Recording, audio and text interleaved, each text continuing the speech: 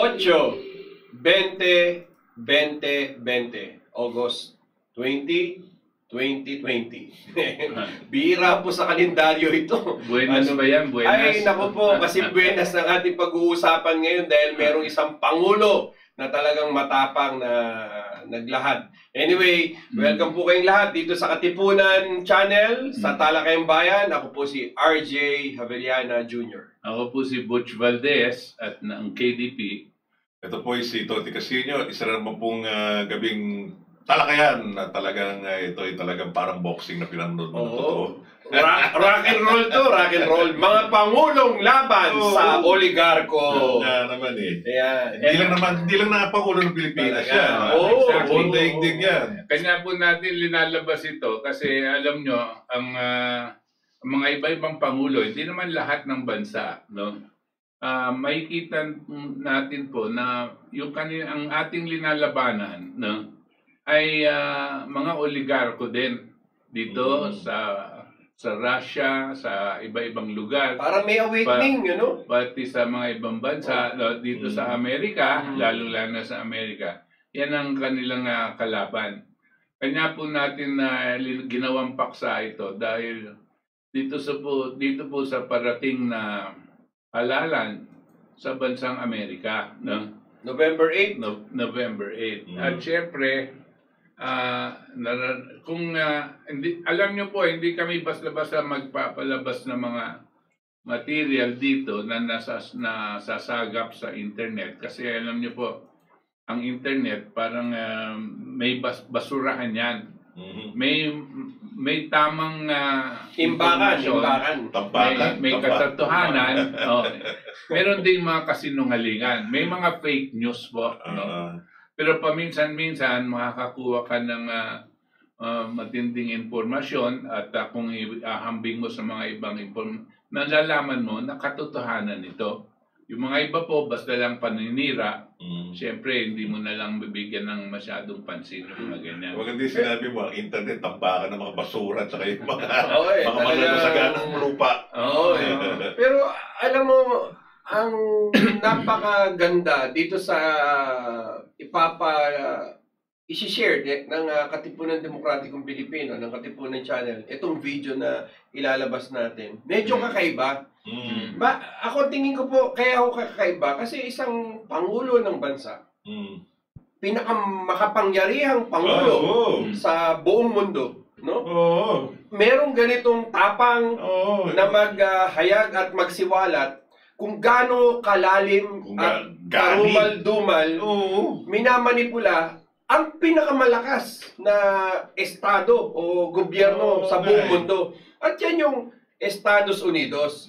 Ayaw sa gusto natin, talagang ang United States of America, kapag nilagnat yan, parang nilalagnat ang buong mundo. Tama. Di ba? Tama. So pag nagkaroon ng krisis pampolitika rito, krisis ekonomiya, talaga nga naman napapaaray ang buong mundo. Ano po?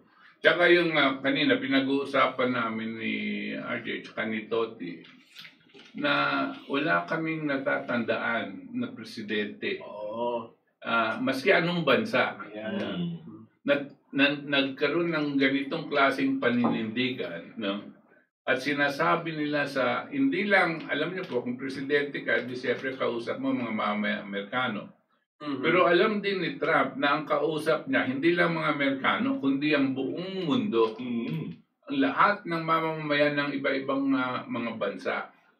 At sinasabi niya dito, ito ang mga kalaban ng sangkatauhan. Ito ang kalaban ng ating bansa, sabi niya.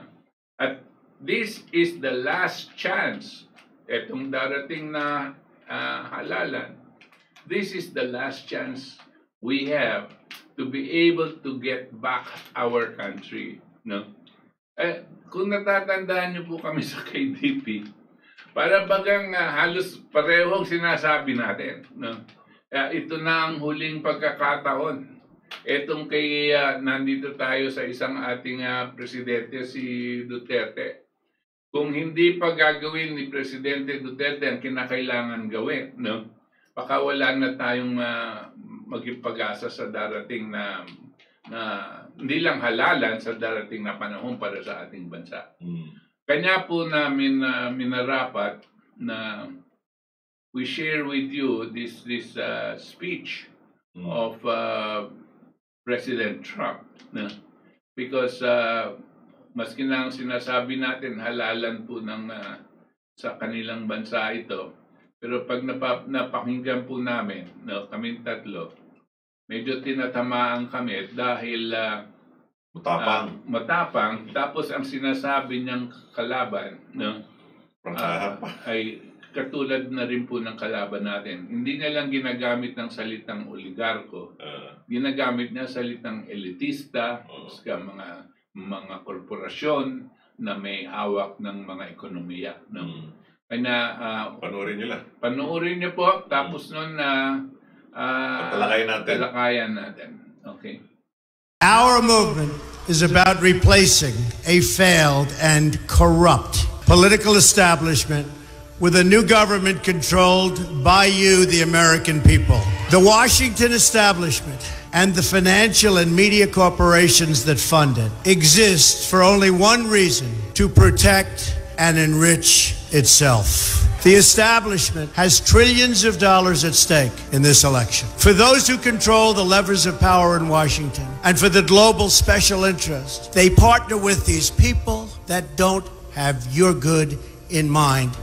Our campaign represents a true existential threat like they haven't seen before. This is not simply another 4-year election. This is a crossroads in the history of our civilization that will determine whether or not we, the people, reclaim control over our government. The political establishment that is trying to stop us is the same group responsible for our disastrous trade deals, massive illegal immigration, and economic and foreign policies that have bled our country dry. The political establishment has brought about the destruction of our factories and our jobs as they flee to Mexico, China, and other countries all around the world. It's a global power structure that is responsible for the economic decisions that have robbed our working class, stripped our country of its wealth, and put that money into the pockets of a handful of large corporations and political entities.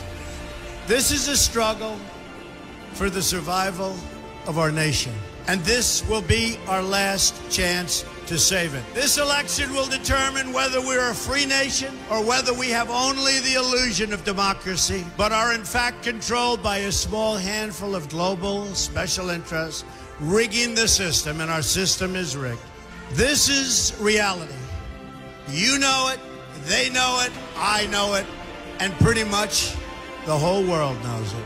The Clinton machine is at the center of this power structure. We've seen this firsthand in the WikiLeaks documents, in which Hillary Clinton meets in secret with international banks to plot the destruction of U.S. sovereignty in order to enrich these global financial powers, her special interest friends, and her donors. Honestly, she should be locked up. The most powerful weapon deployed by the Clintons is the corporate media, the press. Let's be clear on one thing. The corporate media in our country is no longer involved in journalism. They're a political special interest, no different than any lobbyist or other financial entity with a total political agenda, and the agenda is not for you, it's for themselves. Anyone who challenges their control is deemed a sexist, a racist, a xenophobe. They will lie, and then again, they will do worse than that. They will do whatever is necessary. The Clintons are criminals, remember that. This is well documented, and the establishment that protects them has engaged in a massive cover-up of widespread criminal activity at the State Department and the Clinton Foundation in order to keep the Clintons in power. They knew they would throw every lie they could at me and my family and my loved ones. They knew they would stop at nothing to try to stop me. Nevertheless, I take all of these slings and arrows gladly for you. I take them for our movement so that we can have our country back. I knew this day would arrive. It's only a question of when. And I knew the American people would rise above it and vote for the future they deserve. The only thing that can stop this corrupt machine is you. The only force strong enough to save our country is us. The only people brave enough to vote out this corrupt establishment is you, the American people. Our great civilization has come upon a moment of reckoning. I didn't need to do this, folks, believe me. I built a great company, and I had a wonderful life. I could have enjoyed the fruits and benefit of years of successful business deals and businesses for myself and my family, instead of going through this absolute horror show of lies, deceptions, malicious attacks. Who would have thought? I'm doing it because this country has given me so much, and I feel so strongly that it's my turn to give back to the country that I love.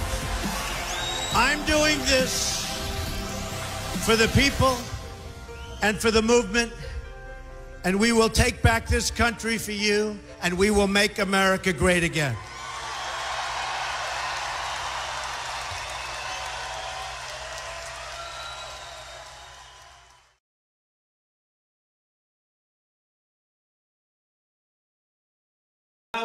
Walang pinagkaiba yan sa atin. Biro mo, binabangga na niya, media. Parang sa atin dito, ABS-CBN, Inquirer, Rappler, ganyan din. Mainstream media. Oo. Pero kabangga nila, oligarko, Goldman Sachs, na binabanggit pa naman niya. Sa Wall Street, talagang tapatan na. ang nangyari kasi dito kay Pangulong Donald Trump, naharap siya sa isang halalan. At ang buong makinarya ng sinasabing puwersa na hindi nakikita. Ito yung mga iilang may control ng mga negosyo, ekonomiya, na nagpapalabas ng mga samot at ng Estado, ng mismong Estado, na nasa loob ng Estado, mapa ito ay miyembro ng Republikano at mga Democrats, o kahit sabihin mo independent, yung mga sinasabing mga elemento nito ay nakapasok sa lahat ng aspeto hanggang sa militar, hanggang sa intelligence community, ganun ka powerful, no? Kung paghahambing mo rin sa Pilipinas, walang pinagkaiba yan kung itatapat mo yan kay Cory. Yung mga nasa likod ni Cory, mga Ayala, mga Boitis, pangalanin mo na. Pangalanin mo na. Labas mo na natin. Wala tayo magkaya-ayaan na.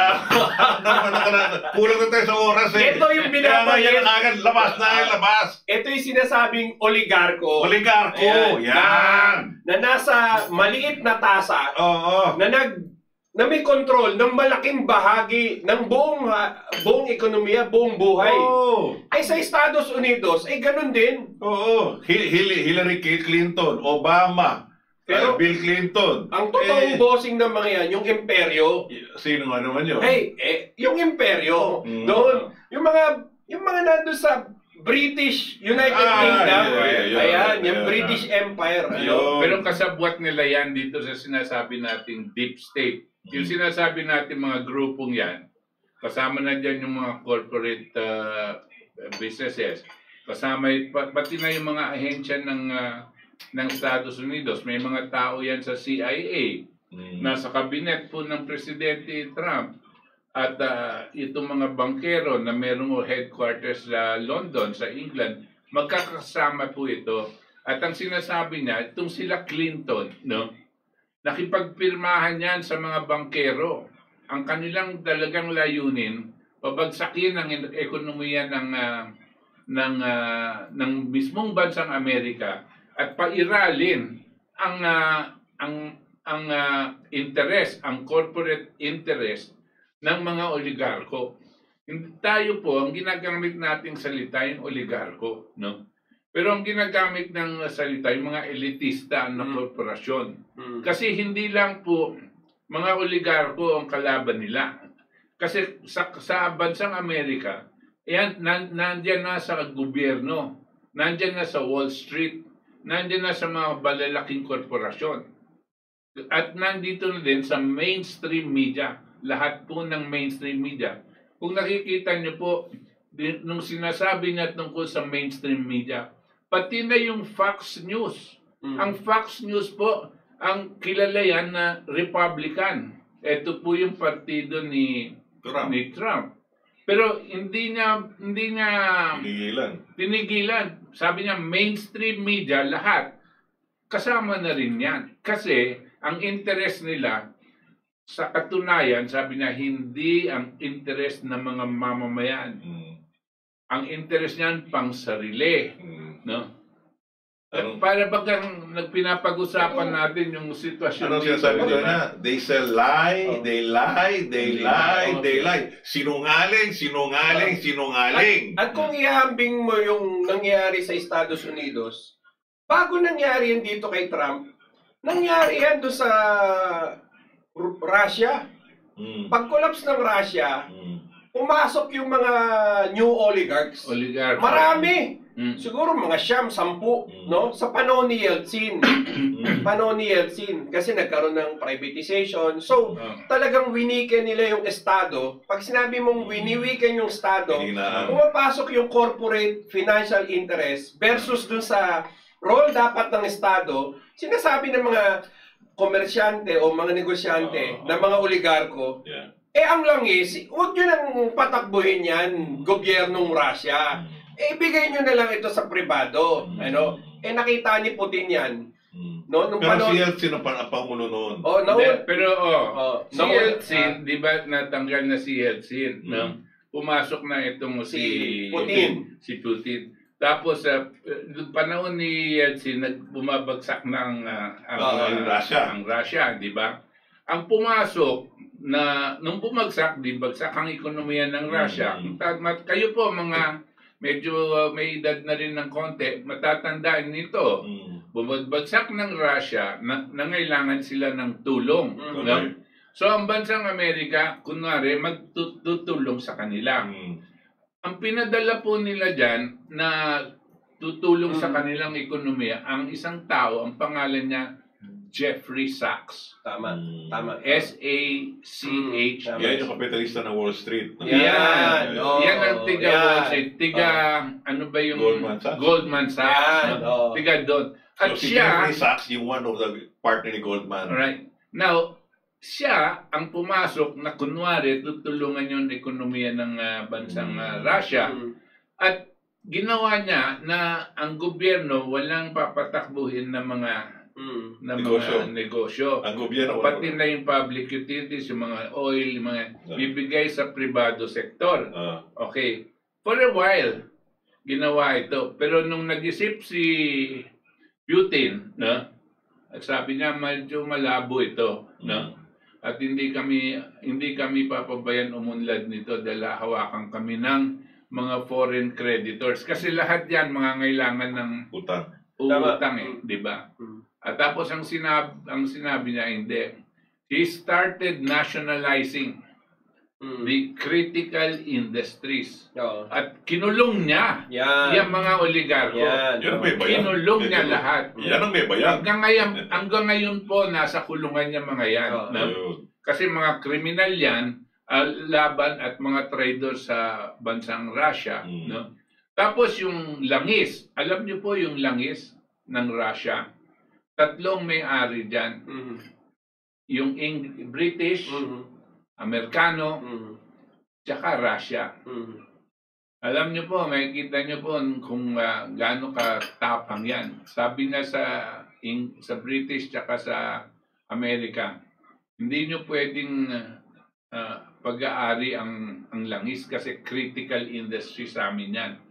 We are nationalizing it and we will pay you your share on a deferred basis, yung parang installment, pero tanggal kayo dito. Ngayon, malaking issue yan na pwedeng bawian ng Amerikano tsaka British na gigirahin nila dahil mahina lang ng mahina pa yung ang Russia, Pero napakatapang ng leader. maski mahina siya, pinanindigan niya ang karapatan ng mga Russia sa Russia. No? At hindi siya ginera, so umunlad ang Russia. Ang pinapakita po natin dito, hindi lang, may mga tao, hindi lang sila presidente. Just because you're president does not mean that you are a leader. Alam niyo po, minsan kala natin magkasama yan. Yung mga iba po nagiging presidente kasi, maski na hindi sila dapat naging presidente. Nandaya lang. At ganyan. Kanya makikita mo, hindi sila tunay na leader. No? Dito po sa atin maraming ganyan. Hindi tunay na leader. Pero dito po sa bansang Amerika, nakikita nyo ang isang leader. Si Putin, nakikita nyo leader. No? Si Duterte, ang nakikita po natin, sana leader dahil kulang pa ang kanyang kakailanganin gawin para isalba ang ating bansa. No? Kanya po nilalabas natin to para makita po natin ang ehemplo ng leadership. No? Just because you're the president does not necessarily mean you are a true leader. You are a patriotic leader. Mabanggit ko lang po, no? Bakit very interesting yung case ng Russia. Kasi po, nung bumagsak na yung Unyong Soviet, pumasok si Yeltsin at nagkaroon ng privatization, merong 7 o 8 individual na oligarko na nag-set up ng mga bangko. Sa Russia? Oo, Russian. At karamihan nito mga oligarchs na ito ay may mga bahay sa United Kingdom. Bumili sila. Ano? At doon din, sinamantala yung pagpasok nitong Amerikano na nag-invest din dyan sa sinasabing Russia. Ano negosyo itong mga oligarkos na Ruso? Iba-iba. Marami yan. Karamihan dyan. May bangko, langis, marami. Pero nasa mga matitinding pero pag public utilities. Pag kinumbine mo ito, shipping, 71% ng total economy that time ng Russia, kontrolado nila. Ilang individual pa lang ito hanggang sa naging 30. At yung mga 30 bilyonaryo na ito, oligarko na ito, halos lahat, meron silang mga tirahan sa United Kingdom. Bakit ko po ito binibigyan ng diin? Bakit, ano ba meron sa United Kingdom? Bakit gustong-gusto ng mga oligarko dyan? Ano po? At ano ang relasyon ng mga Russian oligarchs at ng mga American oligarchs o ito yung mga financial oligarchs sa ibang mundo? Sa kanila walang boundary eh. Hindi mahalaga sa kanila yung nasyon. Ang mahalaga sa kanila sa mga pag-invest. Mako-control nila yung mga public utility business. Lalong-lalo na yung langis. Lalong-lalo na yung langis at iba pa. So, konting individual lang yung mga oligarko na yan. Kapag kontrolado nila yung ekonomiya, akala nila si Putin susunod parang dun sa lasinggerong si Yeltsin.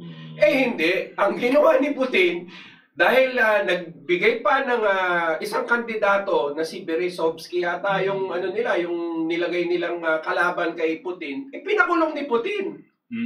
Hindi dahil sa ayaw niya maging presidential candidate, kung hindi, may mga violation naman talaga na nangyari. Pero isang balita na mainit ngayon na pinag-uusapan sa bansang Amerika at Russia, yung property ng Yukos Oil. Dahil yung Yukos Oil, pagmamayari yan, sabi nila, ni Mikhail Khodorkovsky, na pinakulong ni Putin. Pero may nanalo sa kaso sa Amerika ng worth $50 billion.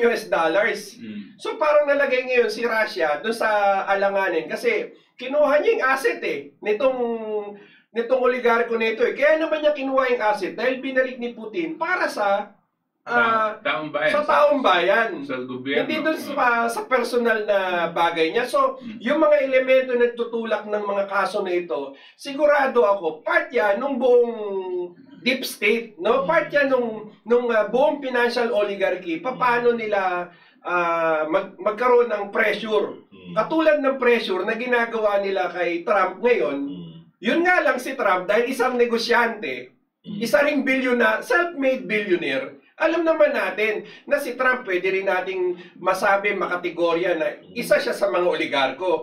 Pero yung katangian ng pagiging oligarko ni Trump sa ngayon, malaking pagkakaiba doon sa mga oligarko na mga nandyan sa mga public utility business.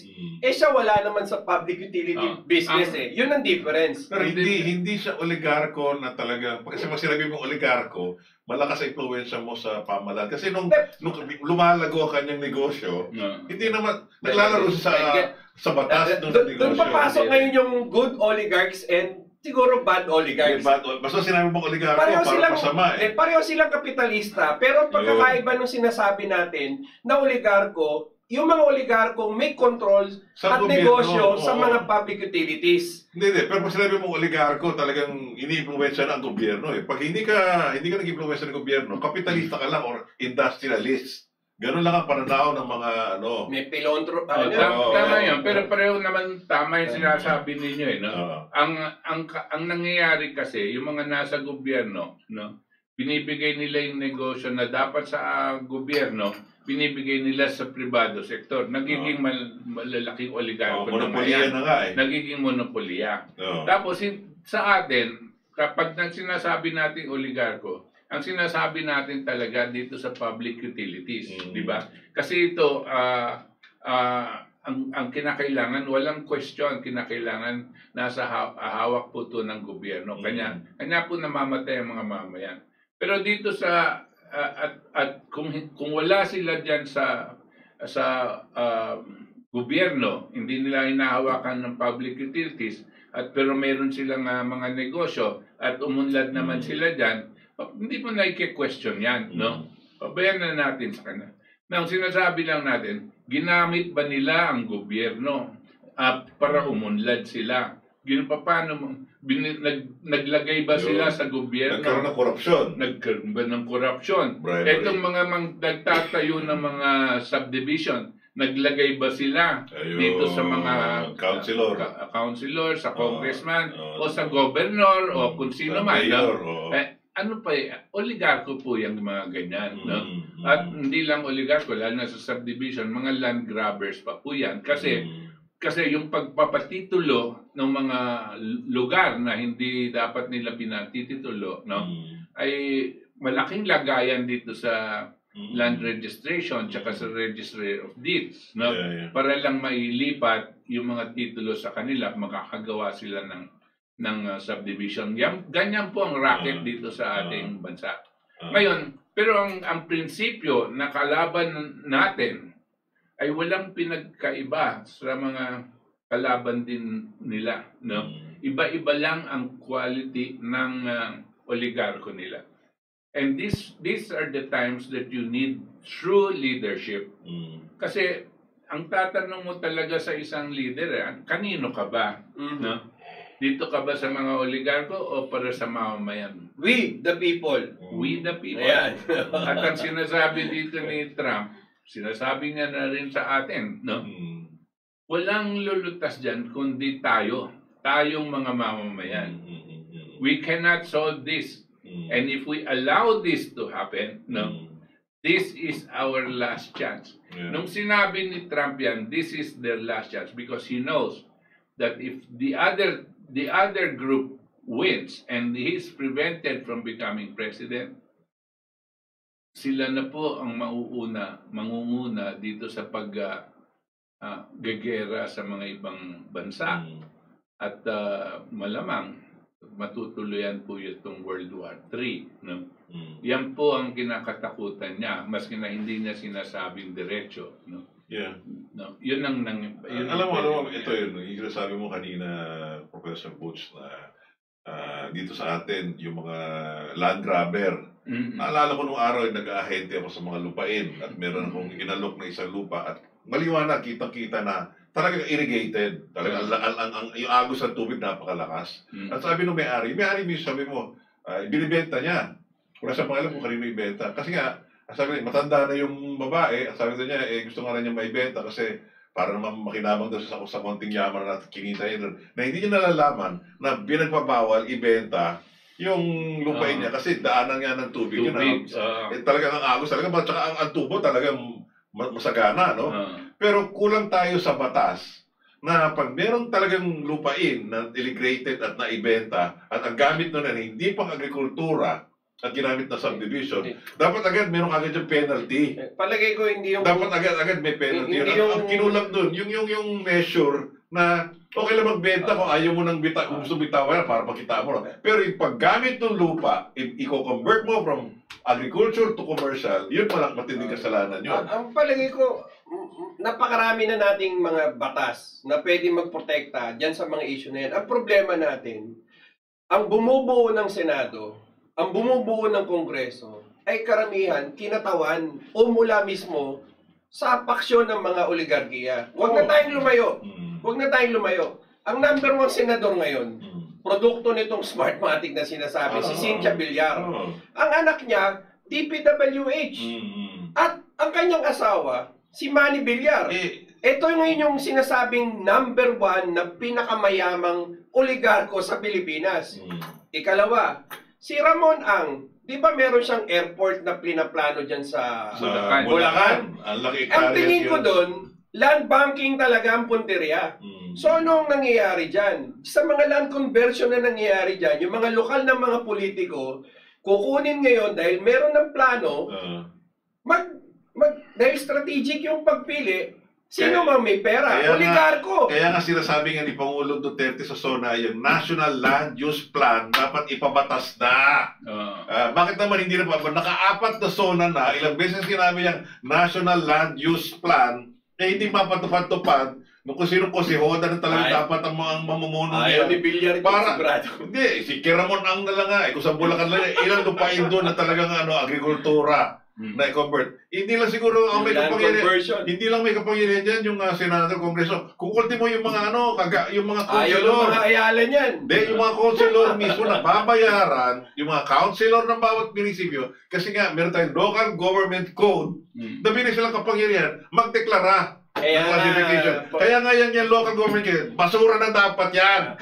Pero you see, yan ang sinasabi. Mali nga yan kay Cory. It is question of leadership. Yan. Baski na sabihin ng presidente, kung hindi niya babanatan at gagamitin ang kanyang poder para gawin ito, ay wala pong mangyayari. Salita lang pong mangyayari. Kanya po wala kaming tigil na ilinalabas itong ating saligang batas, Section 17 up to 22, 17, 18, 19, 20, 21, 22, Article 12 of our saligang batas. Nandyan po, Mr. President, ang kakailanganin mong gawin. No? Nandyan lahat ng kakailanganin mong gawin para sa atin.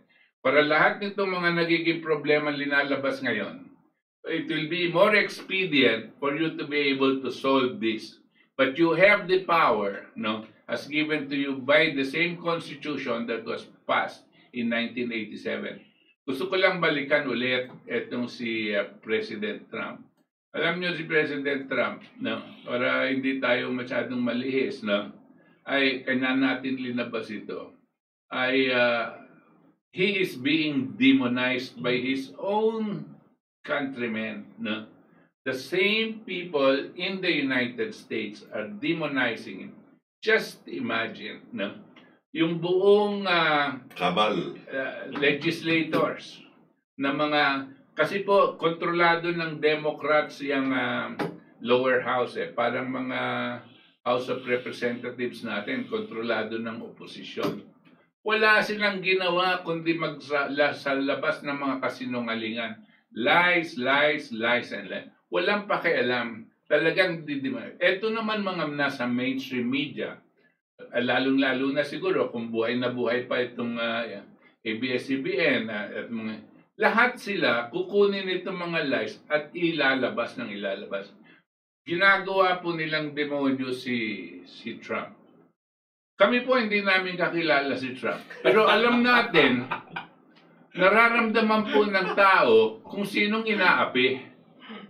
Sinong naaapi? Alam po natin yan dahil pag binubugbog ang isa, alam mong binubugbog, bakit siya inaapi? Bakit siya binubugbog? You start asking that question. Ba't ba ayaw nila kay Trump? Kasi ang gusto ni Trump, So, ang gusto ng mga yun, yung mga sa paligid, yung deep state, na si Trump, mapailalim sa kanila. Kasi gusto nila magmano si Pangulong Trump sa deep state. Na hawak nila. Katulad sila Barack Clinton. Obama, Clinton, mga puppet, sunod-sunuran. Ang problema nila, si Trump, hindi siya politiko buhat noon. Negosyante lang siya.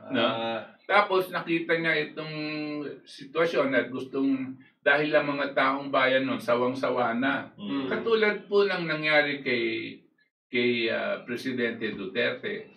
Sawang-sawa na po yung tao dito sa mga ginagawa nila Noynoy at ang mga nakaraan na administrasyon. Kanya Duterte is a protest vote and so is Trump. He was a protest vote. And they come in without extensive connections in government.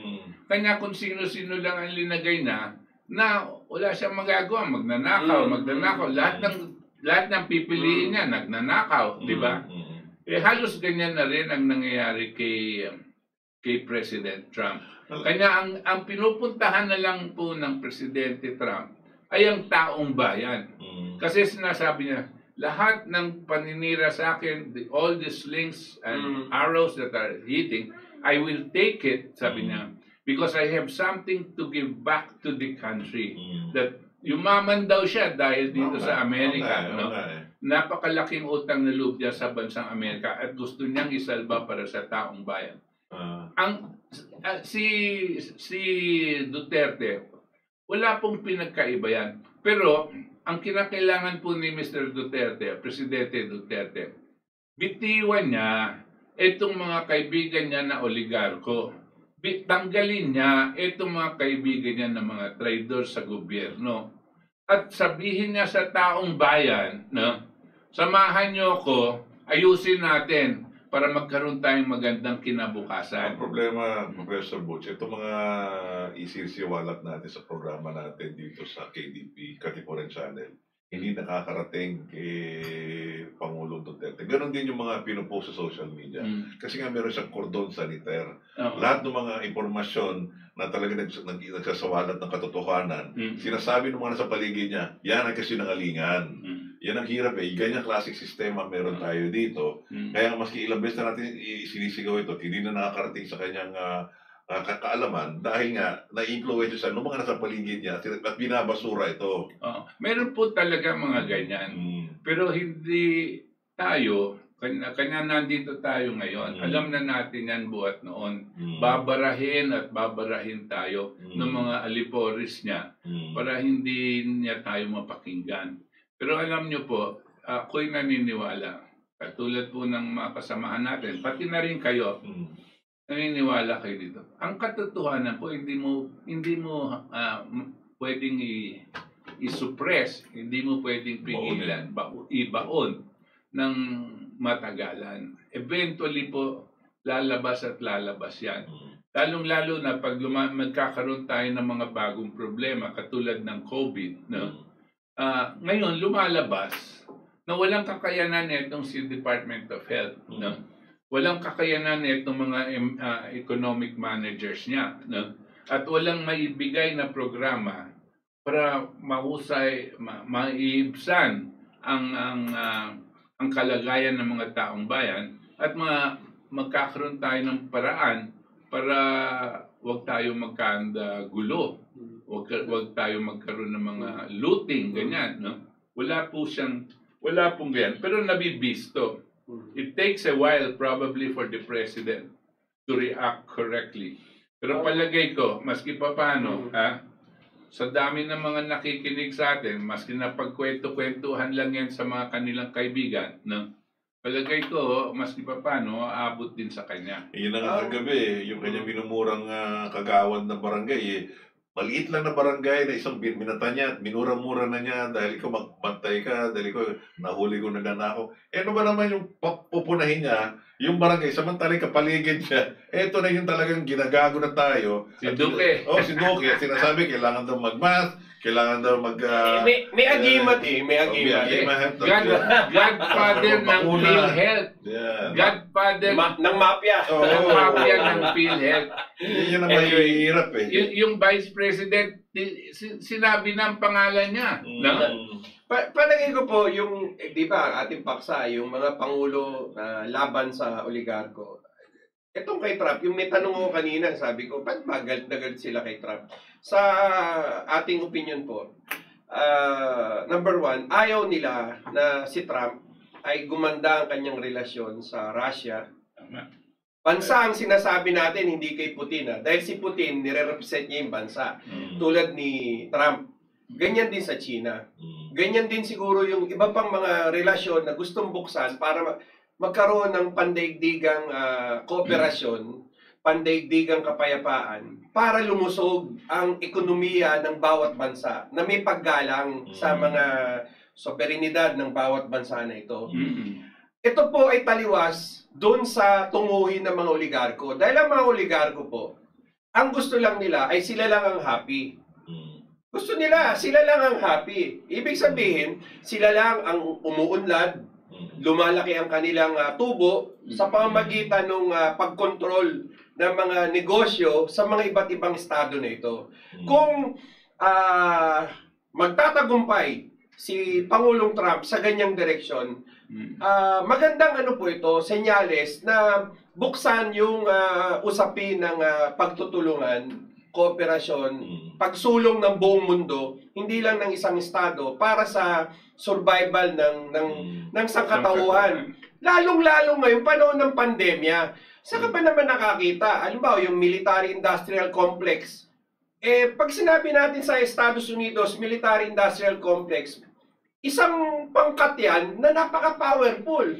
Hiwalay pa yung banking system. Hiwalay pa yung mga ibang mga grupo, no? So, ang lahat ng mga ito, babangga ito, tataliwas ito dun sa nais ng isang pangulo na kung gusto niya na umunlad ang kabuhayan ng bawat Amerikano, bawat Pilipino, bawat Chino, o bawat kung anumang tawag dito, bansa, yan yung pinakaugat na dapat na maunawaan ng nating lahat. Alam mo, sinasabi mo, RJ, hindi lang yan, hindi lang yung conjecture, hindi lang yung opinion.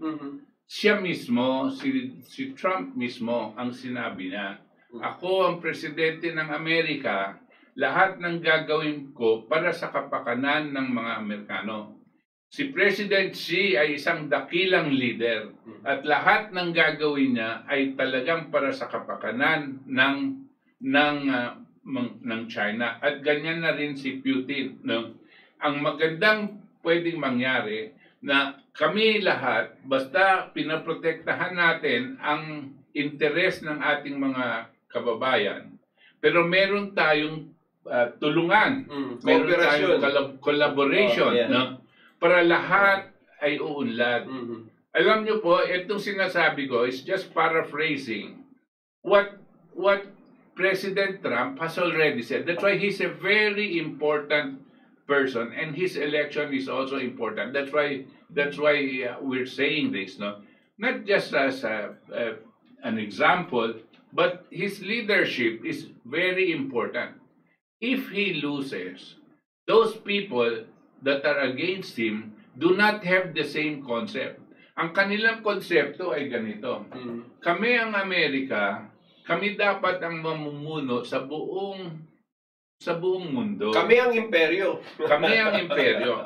At kung sino man ang hindi papayag, boom, boom, boom, bobombahin namin. At dahil kami ang pinakamalaki at pinakamalakas na militar. Kudeta. Okay, might is right. Ganyan po ang kanilang pag-iisip. Hindi po yung collaboration at pagtulungan. So binago ni Trump yan.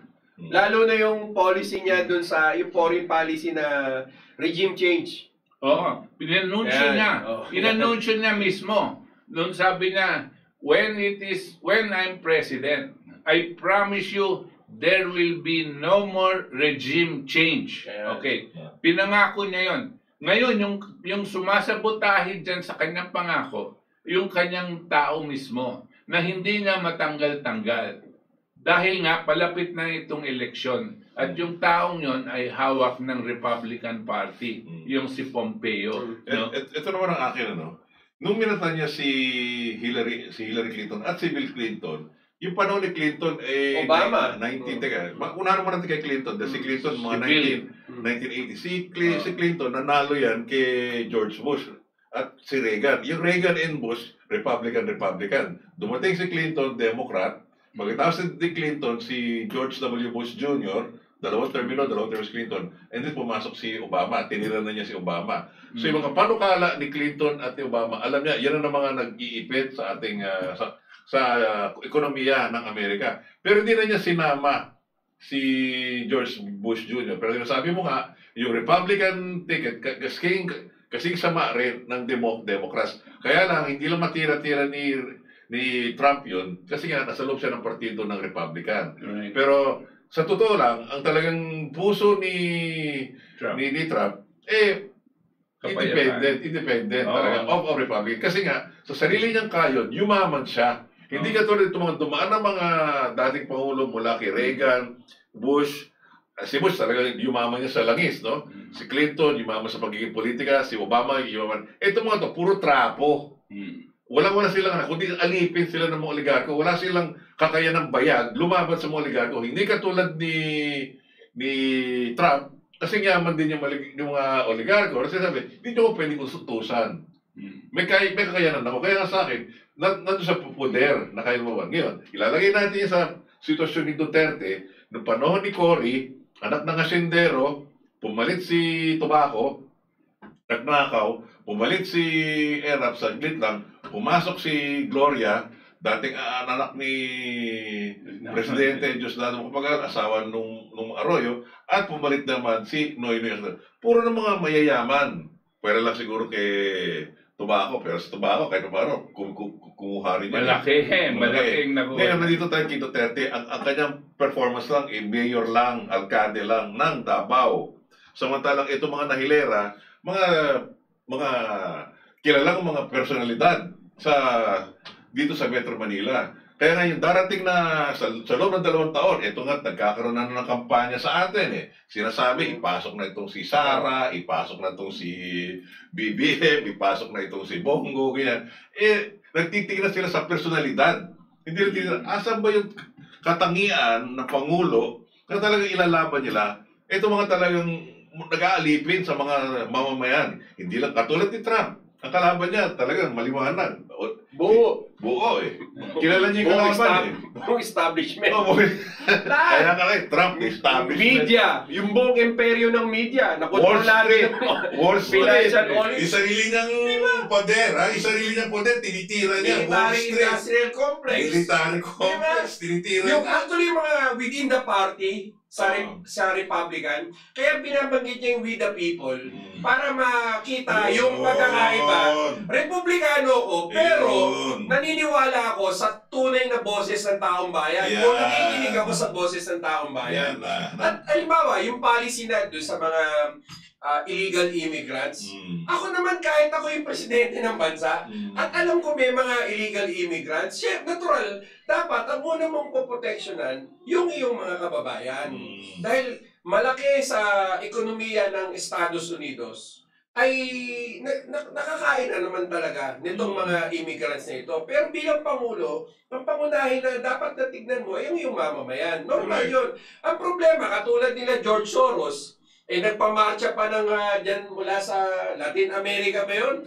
Na ilang milya, daang milya. Paano nangyari yun? Yung pala, mga bayaran din yung mga nagmarcha doon, no? Na mula sa Guatemala. Antifa. Na hindi binayaran ni George Soros ng mga nagalit din kay George Soros. At ngayon, di ba ngayon bago mag-eleksyon, merong Black Lives Matter. May bagong Pangulo. Konting anarkiya pa rin. Siyempre, bilang malaking anarkiya yan. Bilang presidente, katungkulan niya na tignan ang seguridad ng proteksyonan ng buong mamamayan niya. Kaya naglabas siya ng mga palisiya niya. Ang problema, yung mga ibang gobernador, dahil mga Democrats o kahit may mga Republican pa dyan, hindi naman nakalinya, pinayaan kasi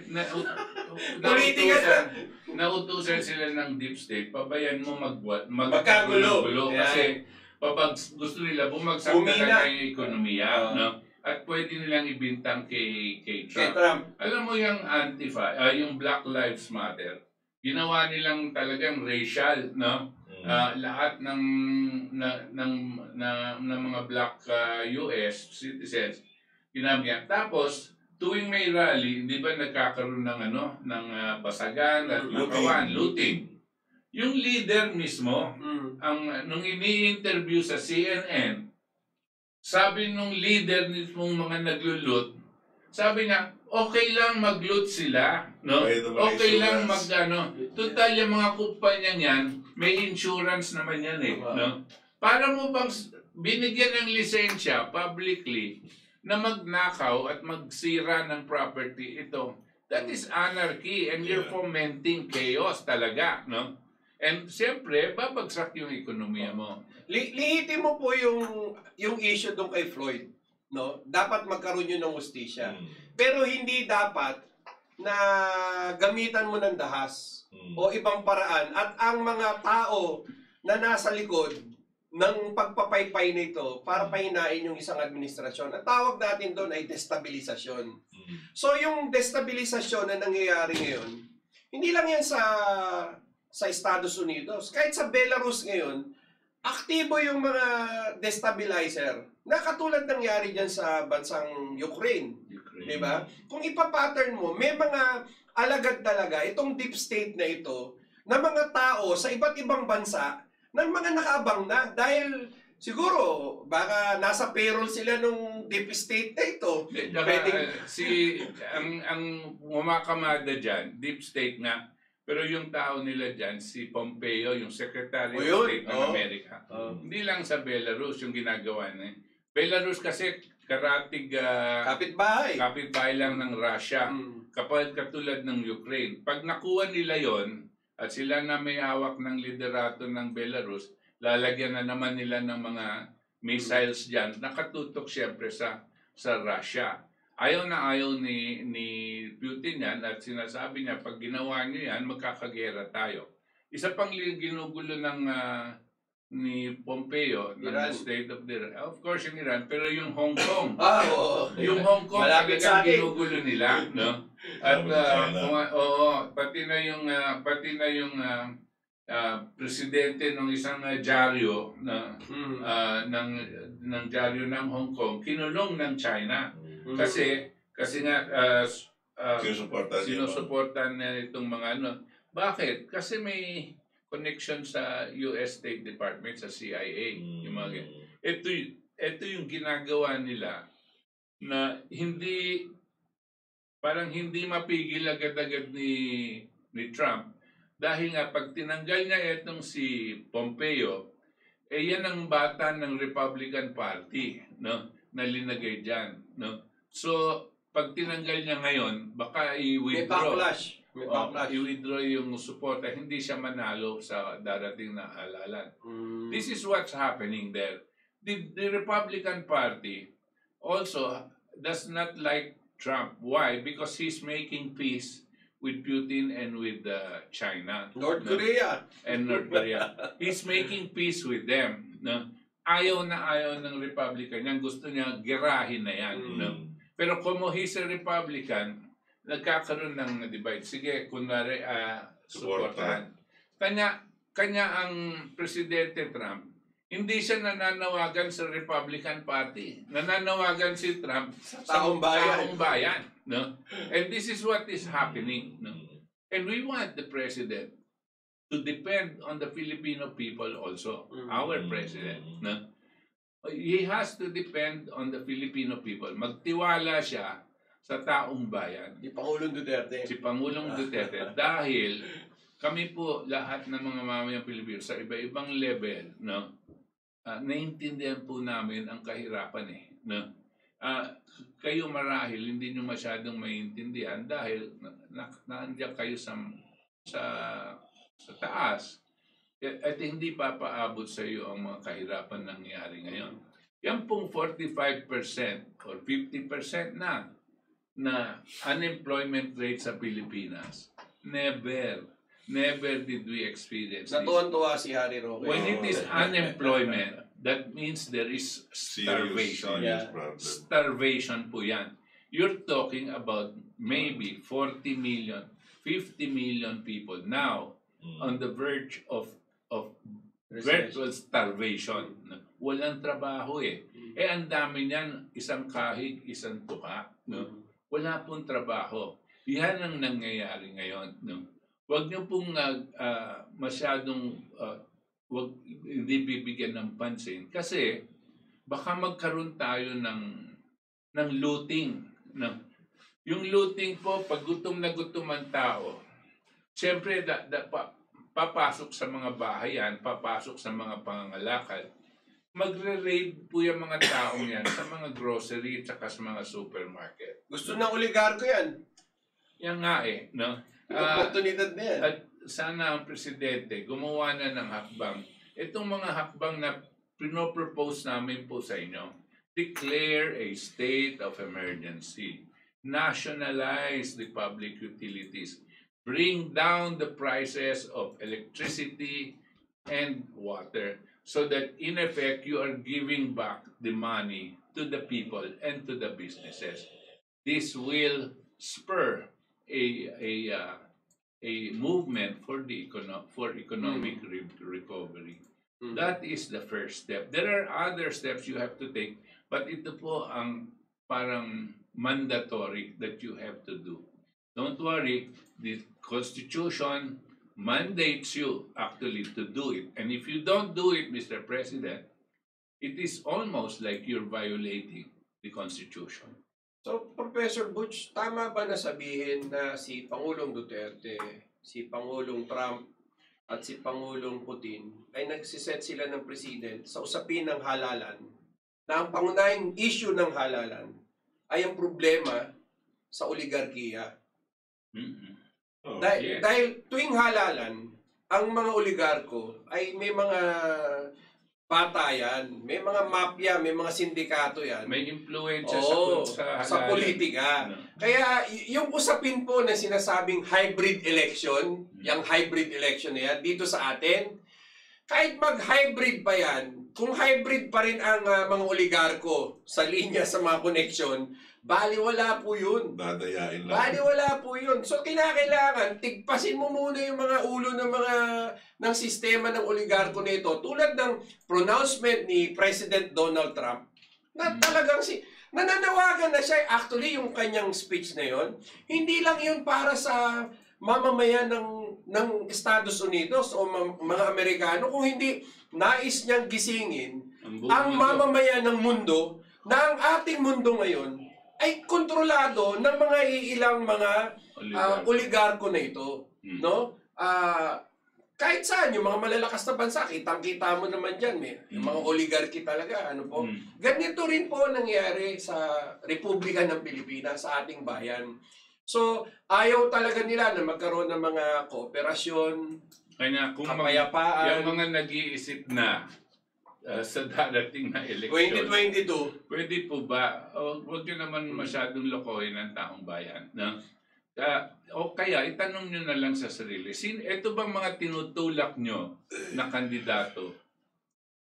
Sila ba ay maninindigan laban sa mga oligarko? Sila ba ay maninindigan na dapat kunin ang public utilities ng gobyerno upang maibaba ang halaga ng kuryente, ng tubig, ng telecom, at lahat pa ng ibang public utilities.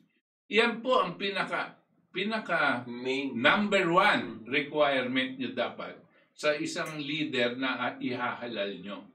Yan ang una nyong itanong. Pag naghahanap kayo ng kung sinong babatain, at kasi may tandem, yung mga ganyan, yan po ang itanong nyo muna bago kayo magdesisyon.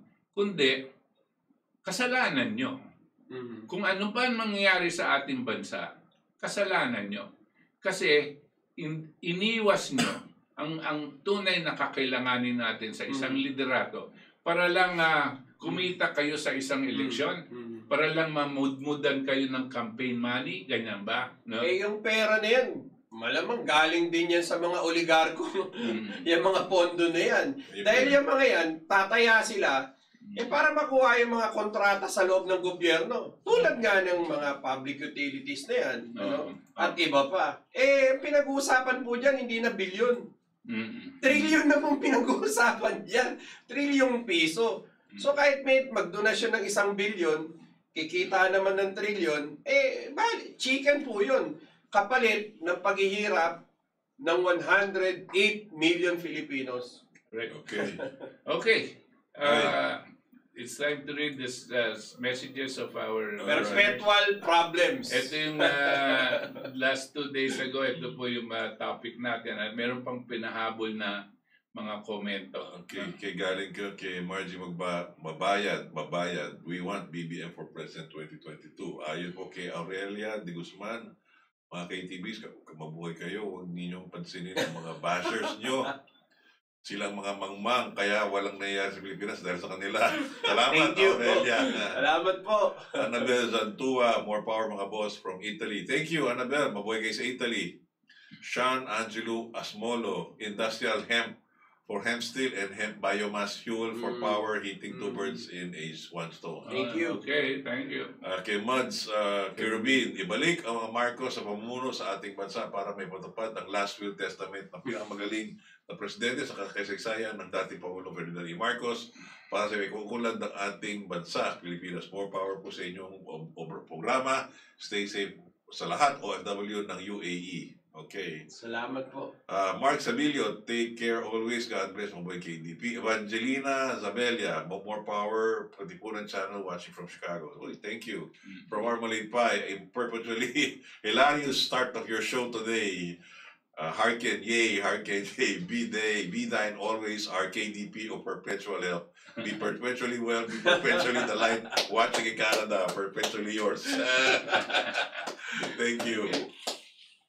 Ito naman sa ngayon, ano? Today, galing po kay Lingling Gonzales. Ang magiting ko Pilipino, magandang gabi. Ano po masabi niyo sa explosive exposition ng korupsyon? Ba't hanggang ngayon, puro hearings, walang final judgment? Saan ang pagkukulang ng aksyon? Sa presidente po. Sa akin po, the whole thing falls on his lap. No? And he has to make that decision. Alam niyo po, hindi lang yung pagtatanggal sa tao, no? Agad-agad dapat lalabas ang isang malaking utos at very decisive. Kasuhan niya mga yan, no? At tanggalin na yan mga yan, no? At papalitan ko. But it has to come from him. Wala po tayong naririnig dito ngayon. Alam niyo po, itong si Morales, ang tanong ni Lingling mukhang dun sa usapin ng PhilHealth. No? Dahil yan ang mainit pong paksa ngayon. Si Pangulong Duterte, in-appoint niya po ito si Morales, isang bahagi ng MWSS. Ready na siya mag-assume. Pero sabi ng Presidente, mas mahalaga ang PhilHealth. Huwag ka na sa MWSS, pumunta ka ng PhilHealth. Ako ang tingin ko po doon, kaya siya nilagay doon sa PhilHealth. Dahil ang mismo Presidente, marahil baka may mga naririnig na, noon pa yun. Isang taon na ho yun. Kaya tama po yung sinasabi ni Professor Butch. Malaki po ang pananagutan ng ating Pangulong Duterte sa usapin na ito. Dapat siya kumilos na. Kahit may investigasyon, pwede niyang bigyan niya ng yung sinutos na nga niya kay Harry Roque yung sa Manila Water at Maynila. Ano sagot niya? Kasuhan. Kasuhan niya, di ba? Ano sagot yung Harry Roque? Yung ano? Agad-agad. Agad, di ba? Pero timo na, yung sinasabi mo, RJ, hindi si Morales ang aking tinutukoy dyan. Hindi lang si Morales. Lahat ng mga opisyal tama po. Na pinamumunuan ni Secretary Duque. Chairman. Huwag nating kalilimutan, si Secretary Duque, palpak na sa DOH, eto na naman, sangkot pala siya dito sa PhilHealth.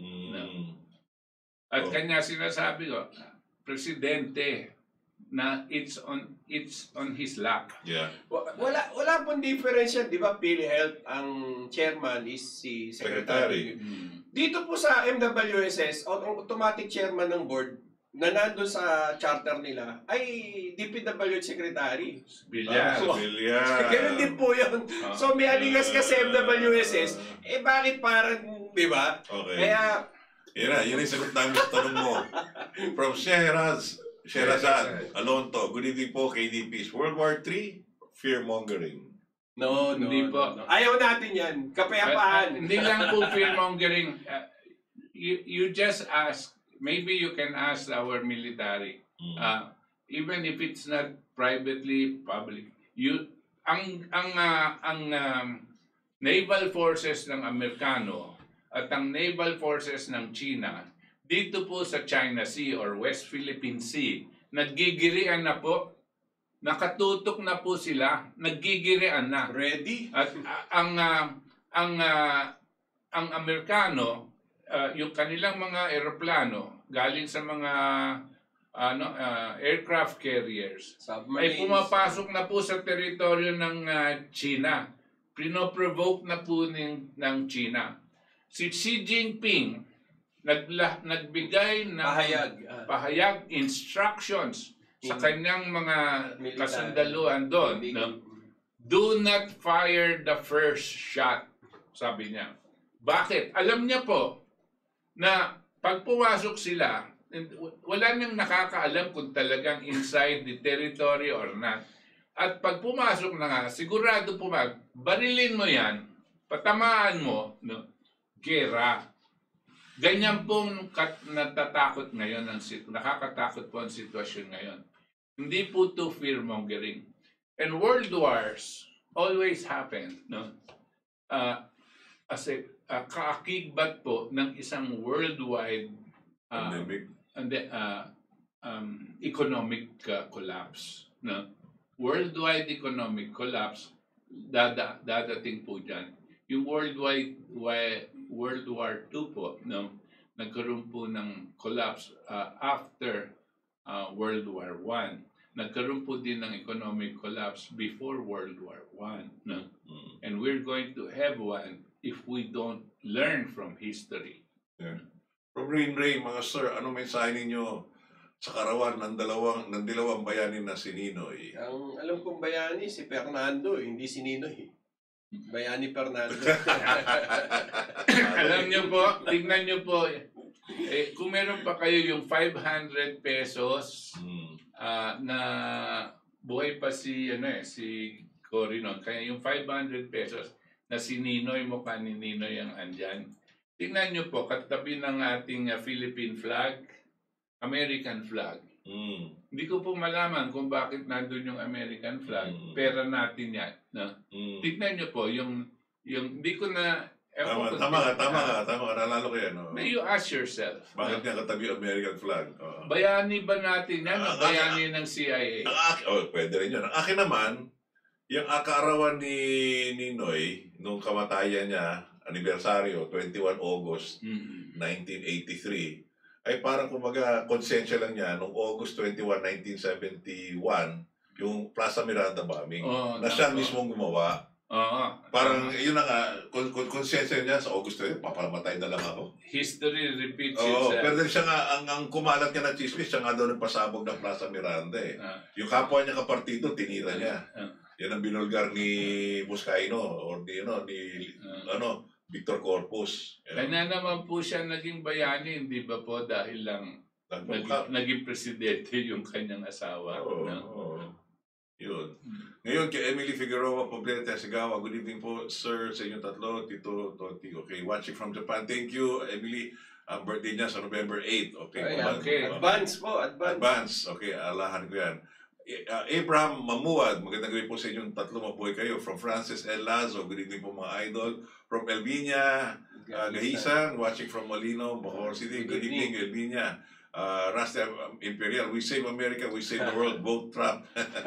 From Adriano Flores, mas maganda, may share ng lahat ng magandang talakan nyo, Kabutch. Thank you. Okay, from Resty Matangwihan, Good evening po, mabuhay at KDP from Doris Valias. Magandang gabi, Sir RJ, Sir Butcher Toti from Singapore. Thank you. From Eduardo Taule, watching from Pasig. From Bear Archibido, isa sa mga kampanya noon ni President Trump ang pag-reinstate ng 1933 US Banking Law na Glass-Steagall Act.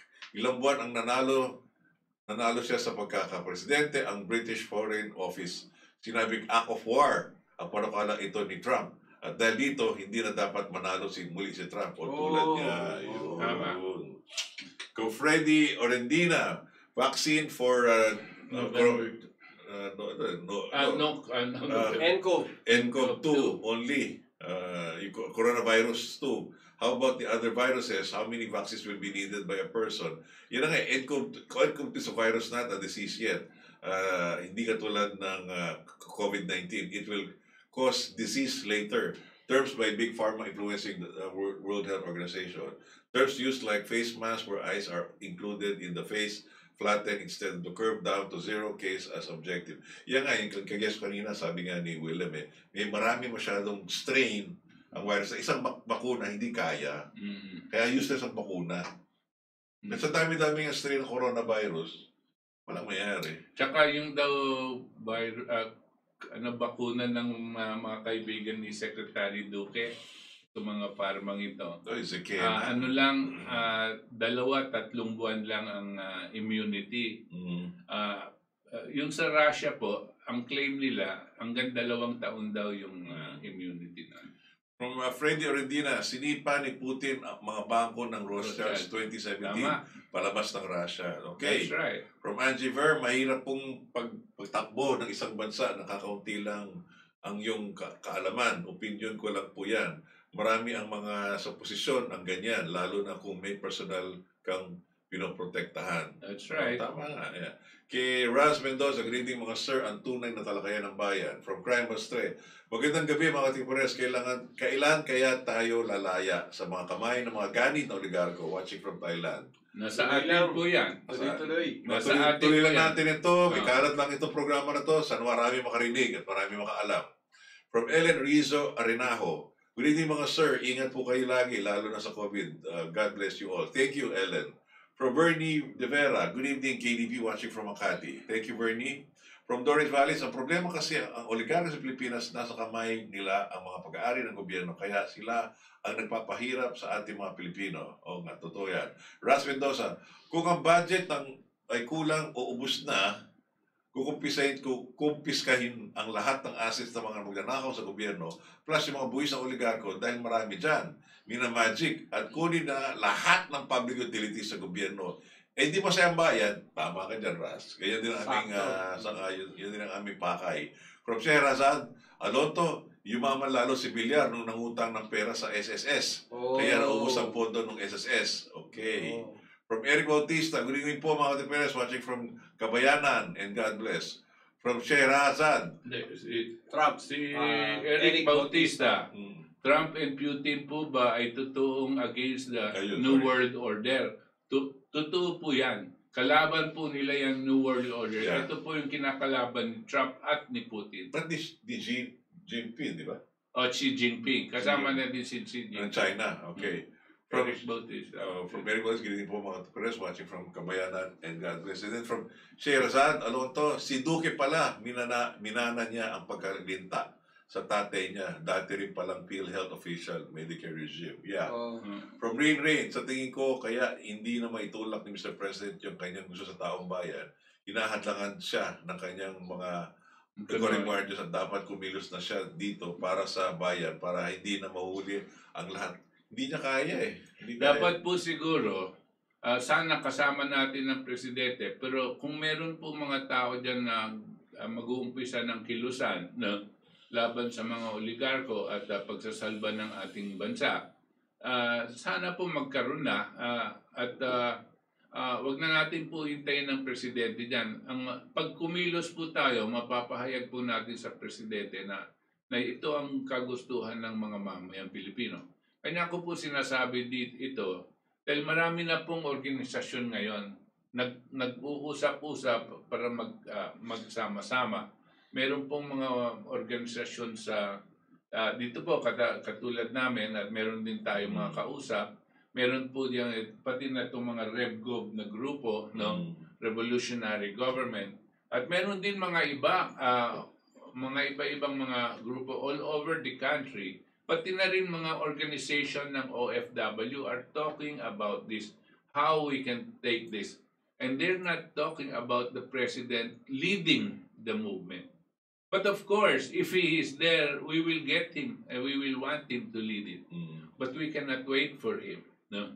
At kung magkakaroon tayo ng pagkakataon, kasama na rin siyempre ang mga miyembro ng ating sandatahan. No? Importante po, yung mga miyembro natin ng sandatahan, naiintindihan din po nila ang kasalukuyang problema. No? At tahimik lang po sila. But I know for a fact that they understand the seriousness of the problem we have today. No?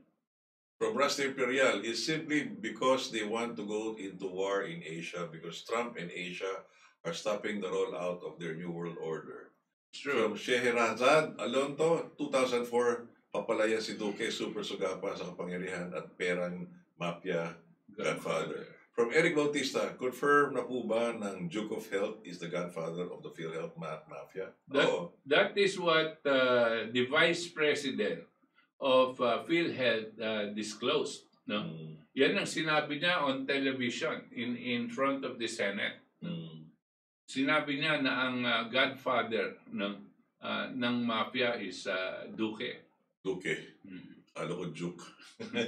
Duque. Duque of Health, okay. Jose Labin, good evening, Sir Butch, RJ, Tony Boy, KDB, thank you. From Tess Curata, good evening po mga Sir Idol, watching from Japan po, thank you. From Eric Bautista, the Duque, the Duke. The Duque is greedy and greedy is the Duque or the Duke. Nakakaawa ang PhilHealth members pahirapan sa paglo-loan or reimbursement. Duke or Duque of Health is a betrayal of public trust punishable by death. Sana. Okay. Jose Lavin, tama Sir RJ, Trump lamang ang presidente ng Amerika na nagbulgar ng kabal. Dito sa Pilipinas, sa pamumuno ni George Soros, mga perwis sa Pilipinas kasagwat ng oligarko dito sa ating dinudoktor ang resulta ng eleksyon. Sana po ang 2022 matanggal na ang Smartmatic at gaya ng PhilHealth investigation din ang COMELEC. Kailangan ng bagong liderato Senado at Kongreso. Magtigil na sana ang PET sa eleksyon 2022.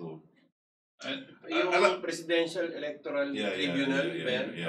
Ang problema, ang gusto ko lang paalala sa ating mga nanonood, isa po sa panukala ng KDP nung linabas po natin yung State of the Nation by KDP. Dito po sa death penalty, no? Dito po sa death penalty, nananawagan ng KDP na isali yan itong mga opisyal sa COMELEC na kasama sa katiwalian sa national elections. National elections po namin pinupuntirya. Gusto sabihin sa pagpipili ng senador at pagpipili ng presidente at vice-presidente. Pag nahuli sila na nandaraya dyan, it is treason. No? And this goes against clearly the will of the people that is only expressed through the ballot. Yan ang malaking, malaki po ang kasalanan yan, and it merits the death penalty. Yan po yung malalim na pagkakaiba ng posisyon ng KDP dun sa itinutulak na posisyon sa kasalukuyan sa usapin lamang ng heinous crimes at ng droga. Ito po sa pangkalahatan na isama. Saka may conflict of interest ng Kongreso Senado pag idininig nila ang COMELEC kasi sila nakinabang sila. Lahat sila. Kaya walang mayayari dyan kung dininig sa Senado at Kongreso. Kay Crime Bastre, ang sagot sa lahat ng problema ng bayan ay magsisimula na ng power ng Kapangulo. Dapat gamitin na niya ang totoong power niya para sa bayan. From Dores Valles, grabing korupsyon sa PhilHealth. Nakikinig ako sa Congress, nakakakulo. Kulo ng dugo ang ng mga bulgar ng anomalya. Marisa Camba, Duque sucks. Tagapagisinan yan. Ikinahiya ako. Alright. Popsi ESP, Guri po, I believe US President perform his geopolitics strategy para maisalba ang kanyang kandidatura sa darating na eleksyon. Palagay ko po, makakabuti pa na ma-re-elect si President Trump dahil pag hindi siya naging presidente, ay lalo na dami ang mga oligarko na magpapamasama sa buong mundo. Yan nga ang aming mensahe. Hindi lang po yun, baka itulak na nila tayo sa isang malawakang gera. At dito naman po ay magwawakas ang aming saglit na Talakayang Bayan at ano ba yung susunod na araw, ang aming sa Sabado, ang tuluyan naming masaya at maliwanag at makabuluhang Talakayan na Bayan. Ito may lingkod, Toti Casino. Si Butch Valdez po. RJ Avellana po, inaanyayahan po namin kayo bukas sa isang espesyal na edisyon ng Talakayang Bayan. Kasama po natin si Undersecretary Martin Dino upang maging guest po natin. Mga bandang 3:30 or 4 ng hapon po. Bukas, Biyernes po yan. Si Yusek Martin Dino po ay from DILG. So, Department of Interior and Local Government. Napakalawak po ng kanyang responsibilidad at sa lahat po ng mga barangay ay siya po ang parang coordinator of all of the barangays in the whole country. Secretary of Barangay. Ilang libo yan? 42,000. 42,000. No? At maganda po at tingnan natin po ang pag-iisip ng mga nasa DILG dahil nakasabak po sila dito sa COVID problem. Live guest po ito. At ramdam din po nila ang problema sa kagutuman ng mga mamamayan. Nandun po sila. So we will have him live tomorrow because that's his availability. Busy po siya. So anong oras yun? Mga 3:30 po. 3:30, we will have a special presentation and interview with Undersecretary Martin Dino. Maraming salamat po. Mabuhay ang Pilipinas! Mabuhay!